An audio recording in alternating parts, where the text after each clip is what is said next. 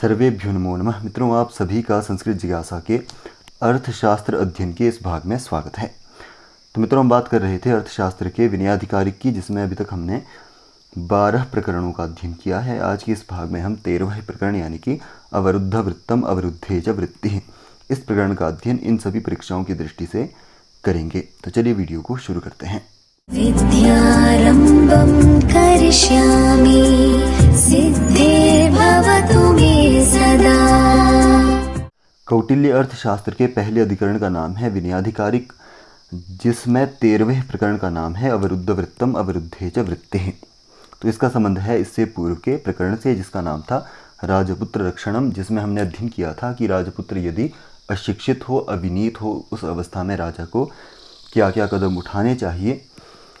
तो अंतिम में जो निर्णय हमने उसमें देखा था, यदि बहुतों में से एक पुत्र ऐसा निकले या राजा का एक ही पुत्र हो, उस अवस्था में उसको क्या कर देना चाहिए, कारागार में डाल देना चाहिए या उसको नज़रबंद कर देना चाहिए।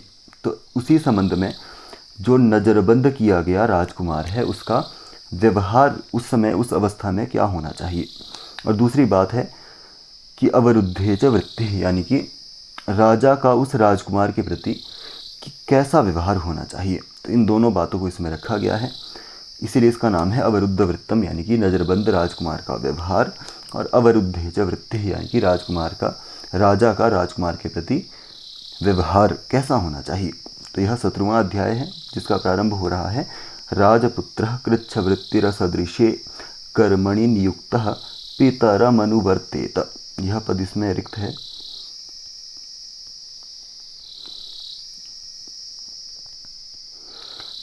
तो वह जो राजकुमार है, अपनी वृत्ति के कारण या अपने व्यवहार के कारण ही नज़रबंद किया गया है या कैद में किया गया है। और जब कैद में किया गया है तो उससे कार्य भी करवाया जाएगा। इसीलिए यहाँ पर लिखा है राजपुत्रः कृच्छवृत्तिः असदृशे, यानी कि जितना उसका मान सम्मान होना चाहिए या जो उसका पद होना चाहिए, उस पद से भिन्न या अपने हैसियत के अनुसार जो कार्य ना हो, ऐसे कार्य पर लगाया हुआ जो राजकुमार है। और इसी कारण से वह अपने जीवन को भी कैसा व्यतीत कर रहा है, क्लिष्टता से वह अपने जीवन को व्यतीत कर रहा है। तो वह अपने पिता की यथावत आज्ञा का पालन करे, अपने पिता के कथनानुसार ही व्यवहार करे। तो सिंपल तौर से कि अपनी हैसियत के अनुसार जो कार्य ना हो, ऐसे कार्य पर लगाया हुआ जो राजकुमार है, राजपुत्र है, और इसीलिए वह क्लिष्टता से जीवन को यापन करने वाला है। वह अपने पिता की आज्ञा का यथावत अनुसरण करे, परंतु किन अवस्थाओं में उसको पिता की जो आज्ञा है उसका पालन नहीं करना है, उसका वर्णन करते हुए कहते हैं अन्यत्र प्राणाबाधक प्रकृति कोपकपातकेभ्यः। परंतु यदि उस कार्य के करने में प्राण जाने का भय हो, या जो राज्य की मुख्य शक्तियाँ होती है, प्रकृतियाँ होती है, जैसे अमात्य, कोषाध्यक्ष, पुरोहित या दूत आदि, इन सभी प्रकृतियों के कुपित हो जाने का भय हो, ऐसी अवस्था में या किसी घोर पात की स्थिति में पिता की आज्ञा का कदापि अनुसरण वह राजकुमार, कैसा राजकुमार जो नज़रबद्ध है, वह कभी भी अपने पिता की आज्ञा का पालन ना करे। किस अवस्था में? प्राण जाने के भय की अवस्था में, राज्य की मुख्य शक्तियों के कुपित हो जाने के भय से, या मुख्य कोई पातक हो जाने की अवस्था में वह पिता की आज्ञा का अनुसरण कभी भी ना करे। तो आगे देखते हैं पुण्य कर्मणि नियुक्तः पुरुषम अधिष्ठातारम याचेत, कि यदि उसको किसी पुण्य कार्य पर या अच्छे कार्य पर नियुक्त किया जाता है, वह राजकुमार अपने लिए एक अधिष्ठाता यानी कि किसी संरक्षक की याचना राजा से करे।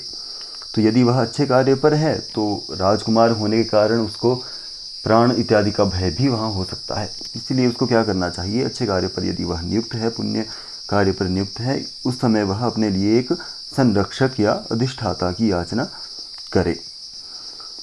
पुरुषाधिष्ठितश्च संविशेषमादेशमनुतिष्ठेत, यानी कि और उस पुरुष से युक्त राजपुत्र राजा की आज्ञा का पालन करता रहे, यानी कि उस अवस्था में वह जो राजकुमार है वह भी राजा की आज्ञा का यथावत पालन करे, और जो उसके साथ रखा गया अधिष्ठाता या संरक्षक है वह भी राजा की विशेष रूप से आज्ञा का पालन करे। इस तरह से यहाँ पर कहा जा रहा है कि दोनों ही यथावत, जैसे उसका कार्य, उस पुरुष या अधिष्ठाता का कार्य क्या है, उस राजपुत्र की रक्षा करना, तो इस आज्ञा को वह विशेष आज्ञा मानकर उसकी पालना करे। और जो पुत्र है वह भी पुण्य कार्य या जिस भी वो अच्छे कार्य पर लगाया गया है उसका वह पालन करे। आगे लिख रहे हैं किस तरह से वह और अच्छा कार्य करे। तो अभिरूपंच कर्म फल मौपायनिकम च लाभम पितुः उपनाययेत, यानी कि जो उसको जिस कार्य में वह है उस कार्य के अनुसार जो भी उसको फल प्राप्त होता है, कर्म के अनुसार या पुण्य कर्म पर है तो उससे उसको कोई ना कोई वृत्ति या धन इत्यादि का लाभ होगा उसको, और औपायनिकम यानी कि जो प्रजा के द्वारा उसको उपहार दिए जाएंगे, इन सभी लाभ को वह पिता के पास दे दे या पिता के प्रति वह समर्पण कर दे। तो उसको जो भी काम के अनुसार फल या पैसा इत्यादि का लाभ होगा और उपहार इत्यादि जो प्रजा से उसको प्राप्त हुए हैं दोनों ही वह अपने पिता के पास दे दे या उनको संप्रेषित कर दे।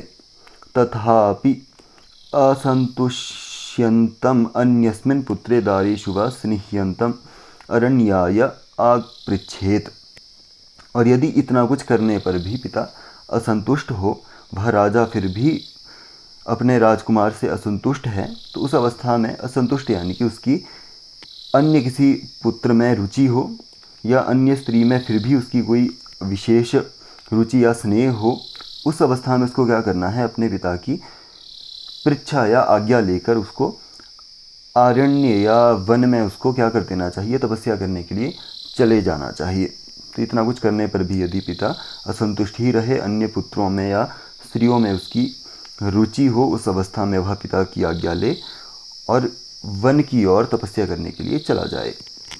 बंधवद भयाद वा यह सामंतो न्यायवृत्तिर्धार्मिकः सत्यवाग अभिसंवादकः प्रतिगृहीता मानयिना च अभिपन्नानाम तम आश्रयेत। तो यदि उस राजकुमार को अपने बंधन में होने का भय हो, कैद में जाने का भय हो, कारागार में जाने का भय हो, वध या उसको अपने प्राण का भय हो, उस अवस्था में वह ऐसे राजा की शरण में जाए जो न्याय पारायण करने वाला हो, धार्मिक हो, सत्य बोलने वाला हो, छल से रहित हो, जो उसकी शरण में आए उसका वह सत्कार करने वाला हो, या जो उसकी शरण में आए उनका संरक्षण करने वाला हो, सत्कार करने वाला हो, ऐसे राज्य में उस राजा की शरण में वह जाए। तत्रस्थः कोशदंड संपन्नः प्रवीर पुरुष कन्या संबंधम अटवी संबंधम कृत्य पक्षोपग्रहम व कुर्यात। तो वहाँ पर रहकर उसको कोश, धन और बल, इन दोनों से संपन्न जो वीर पुरुष है उसकी कन्या से संबंध स्थापित करना है या उससे विवाह कर लेना है, और अपने ही पिता के जो अटवी यानी कि जो वन के संरक्षक हैं उनसे मित्रता कर लेनी है और कृत्य पक्ष के लोगों को अपनी ओर करने का यत्न या अपनी तरफ मिलाने का प्रयत्न करना चाहिए। तो जब वह ऐसे राजा की शरण में जाए तो वहाँ पर ऐसे वीर पुरुष की कन्या से विवाह करे जो धन और बल दोनों से संपन्न हो, अपने पिता के जो वन के संरक्षक हैं, अटवी हैं, उनसे संबंध स्थापित या मित्रता करें। और कृत्य पक्ष, इसका अध्ययन हमने स्वाविषये कृत्य पक्ष रक्षणम और पर विषये कृत्य पक्षोपग्रह, इन दो प्रकरणों में हमने इसका अध्ययन किया है। कृत्य पक्ष सामान्यतः वह है जो किसी भी जिगीषु राजा के राज्य में रहकर किसी शत्रु राजा के साथ जिनका संबंध हो या जो उस राजा के प्रति वफादार ना हो, उन्हें कृत्य पक्ष कहा जाएगा। अकृत्य वह है जो राजा के साथ ही जिनका पूरा भक्ति भाव हो। तो ऐसे कन्या से विवाह करके उनको कृत्य पक्ष के लोगों को अपनी तरफ करना है। या एक चरः सुवर्ण पाक मणिराग हेम रूप्य पण्या कर कर मानतान आजीवेत। और यदि राजकुमार को फिर भी धन और बल इन दोनों की उपलब्धि ना हो तो उस अवस्था में उसको रासायनिक कार्यों द्वारा जो द्रव्य हैं, मणि, मुक्ता और सुवर्ण यानी कि सोना, रुपये या चांदी हो, पैसे हो, इन सभी के विक्रय से, रुपये पण्या कर यानी कि इन सभी के क्रय विक्रय द्वारा उसको द्रव्यों को बनाकर या दूसरे जो खनिज पदार्थ हैं उनके व्यापार से अपनी आजीविका को चलाना चाहिए। तो यदि यह सब करके भी वह धन संपन्न ना हो तो वह रासायनिक कार्यों द्वारा इन सब को बनाए और इनके व्यापार से या जो अन्य खनिज पदार्थ हैं उनके द्वारा उनका विक्रय करके वह अपनी आजीविका का अर्जन करे। कौन? राजकुमार। आगे लिखते हैं, पाषंड संग द्रव्यम अश्रोत्रिय भोग्यम देवद्रव्यम आड्य विधवा द्रव्यम व गूढ़म अनुप्रविश्य सार्थयान पात्राणि च मदन रस योगेन अतिसंधाय अपहरेत। अब इन सब का वह अपहरण करने के लिए या इन सब की चोरी करने के लिए यहाँ पर निर्देश दे रहे हैं उस अवस्था में राजकुमार के लिए। तो कह रहे हैं पाषंड, पाखंडी या अधर्मी पुरुषों की संचित की गई जो कमाई हो उसको चुरा करके इसके अतिरिक्त दूसरे जनों के जो भोग्य द्रव्यों को लेते हैं, ऐसे व्यक्तियों को जो जिनका वह द्रव्य है उनसे वह चोरी करके वह द्रव्यों से अपनी आजीविका चलाते हैं, ऐसे व्यक्तियों से धन का लुंठन करके या उनका अपहरण करके देव निमित्तिक जो द्रव्य होते हैं उनको हरण करके, आड्य विधवा द्रव्यम जो कोई धन संपदा से संपन्न विधवा है उसके द्रव्यों की चोरी करके अपनी आजीविका का वह क्या करे? उपार्जन करे। या दूसरा उपाय बता रहे हैं सार्थयान पात्राणि, यानी कि जो जहाजी व्यापारी हैं उनके साथ क्या करना है? उनको औषधि, कोई मदन रस यानी कि उनको बेहोश करने की कोई औषधि लेकर उनको छल से क्या कर देना है? बेहोश करके उनके द्रव्य को हरण करके अपनी आजीविका का उपार्जन करना है। तो पहला क्या बताया इन्होंने? जो दूसरों का द्रव्य लुंठन करते हैं, पाखंडी हो या ऐसे जो व्यक्ति होते हैं उनके द्रव्य को लुंठन करके और देव निमित्तक जो द्रव्य है उसका लुंठन किया जाए। जो धन संपन्न विधवा है उसके द्रव्य का लुंठन करके वह अपनी आजीविका को चलाए। ऐसा नहीं हो सकता तो वह जहाजी जो व्यापारी होते हैं उनको किसी औषधि के बल से उनको बेहोश करके छल से उनके द्रव्य को हरण करके अपनी आजीविका का वह क्या करे? पालन करे। पारग्रामिकम व योगम आतिष्ठेत, यानी कि विजिगीषु राजा जब किसी दूसरे गांव को चला जाए तो उस अवस्था में उसके धन को हरण करके या मातुः परिजनोपग्रहेण व चेष्टेत, या मातृपक्ष के जो लोग हैं उनके पास जा कर के उनको अपने अनुकूल बनाकर अपने उद्धार की चेष्टा करे। तो यह सभी उपाय क्या है? वह बंदी या नज़रबंद जो राजकुमार है इस तरह से इन सभी उपायों से वह अपना आजीविका का साधन चलाए।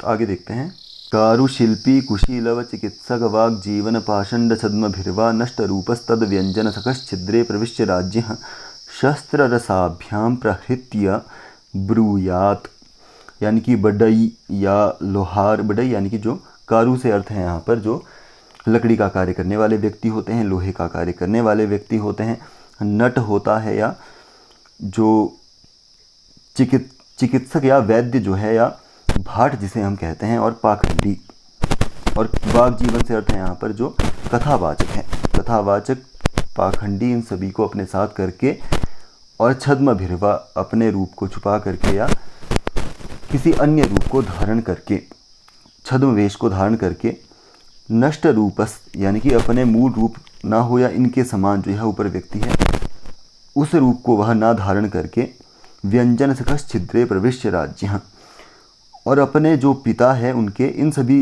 पुरुषों के साथ मिलकर वह अपने पिता के दोषों का पता लगाए। पता लगाने के बाद वह अपने पिता या राज्य में वह प्रवेश करके राजा के पास जा करके शस्त्र रसाभ्याम, शस्त्र से या विष के द्वारा अपने पिता को मार करके अमात्यादि जो मुख्य प्रकृतियाँ एक राज्य की होती है उनके प्रति वह इस प्रकार से कहे, अहमसौ कुमारः सह भोग्यमिदं राज्यमेको नार्हति भोक्तुम, यानी कि मैं ही वह राजकुमार हूँ, साथ साथ में भोगने योग्य इस राज्य को कोई व्यक्ति अकेला नहीं भोग सकता।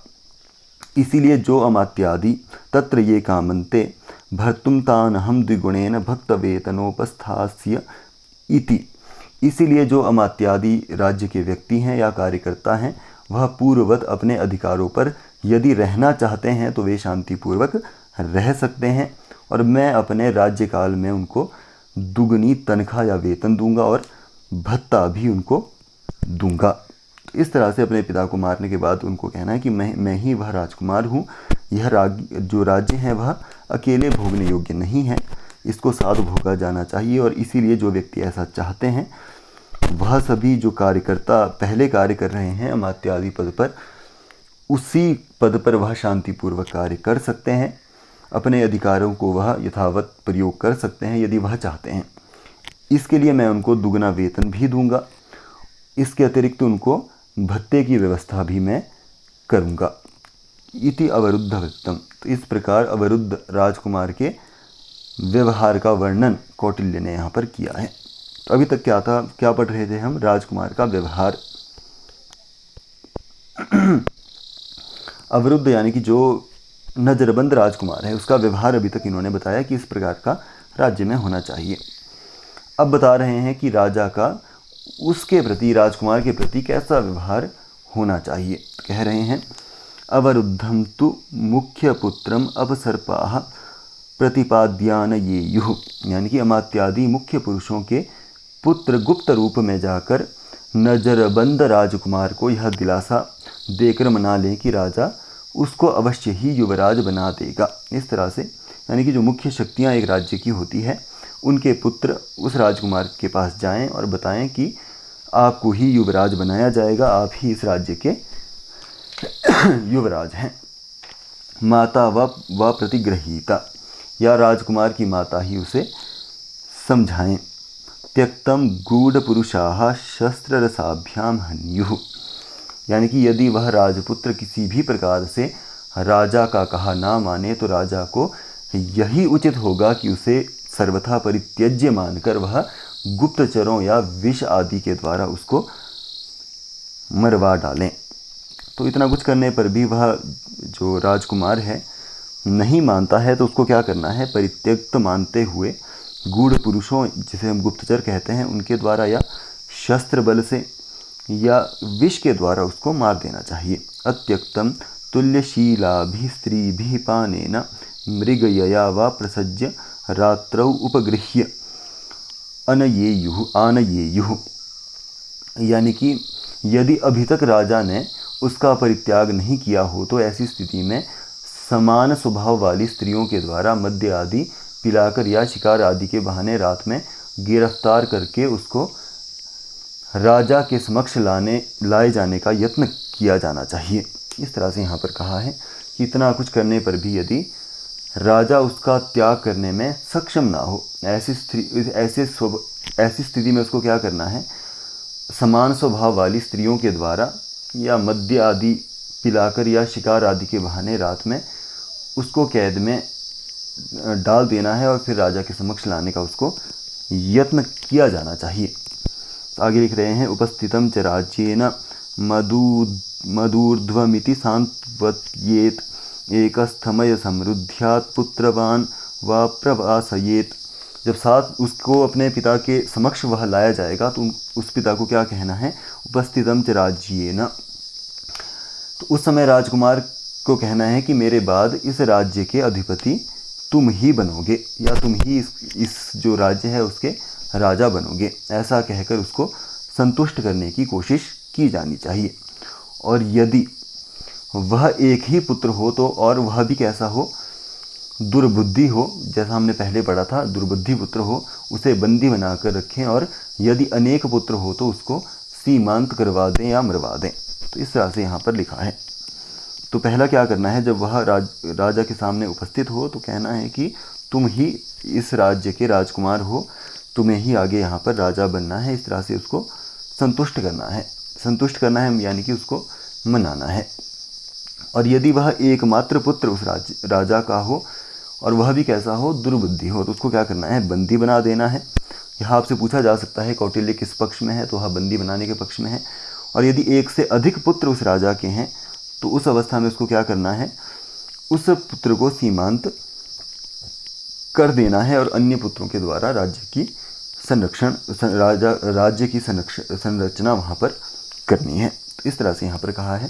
तो इस प्रकार विनयाधिकारिक जो पहला अधिकरण है उसका अवरुद्ध वृत्ति, अवरुद्ध वृत्तम और अवरुद्धे च वृत्ति, यह जो प्रकरण है उसकी समाप्ति यहाँ पर होती है। तो आज के भाग में इतना ही। उम्मीद करता हूँ आपको हमारी यह वीडियो पसंद आई है, और वीडियो यदि पसंद आई है तो वीडियो को लाइक करें, मित्रों के साथ शेयर करें। मिलते हैं इसके अगले भाग में, तब तक के लिए धन्यवाद।